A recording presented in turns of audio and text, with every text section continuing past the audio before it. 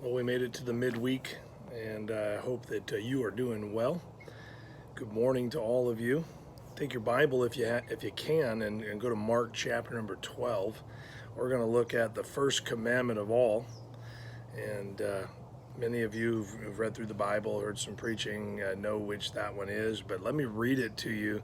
And then we're just going to talk about how that might apply to our daily existence, how we interact with each other, how we interact with God. And so, starting with verse number 28, it says, "And one of the scribes came, and having heard them reasoning together, and perceived that he, Jesus, had answered them well, asked him, which is the first commandment of all?" And so here's where it jumps in, where Jesus gets his open door to really tell him how it is. And Jesus answered him in verse number 29, "The first of all the commandments is, Hear, O Israel, the Lord our God is one Lord, and thou shalt love the Lord thy God with all thy heart, with all thy soul, with all thy mind, with all thy strength. This is the first commandment. And the second is like, namely this, thou shalt love thy neighbor as thyself.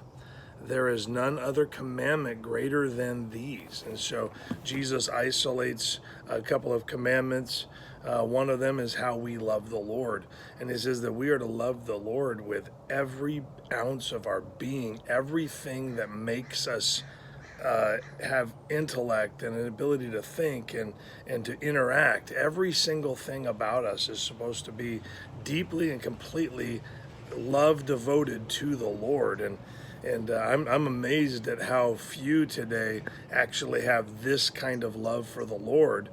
Most people have I need something love for the Lord, or I have a weekend warrior kind of love for the Lord, or a Sunday morning once a year kind of love for the Lord, but not a devoted, single focused, eyes on, heart toward love for the Lord. And I think that's the reason why the second commandment is so hard for us. Think about it. If we love the Lord when he's good to us, but we don't love the Lord as much when we don't get what we want, or things don't go our way, or unfortunately when tragedy strikes, we don't love the Lord very much in those seasons.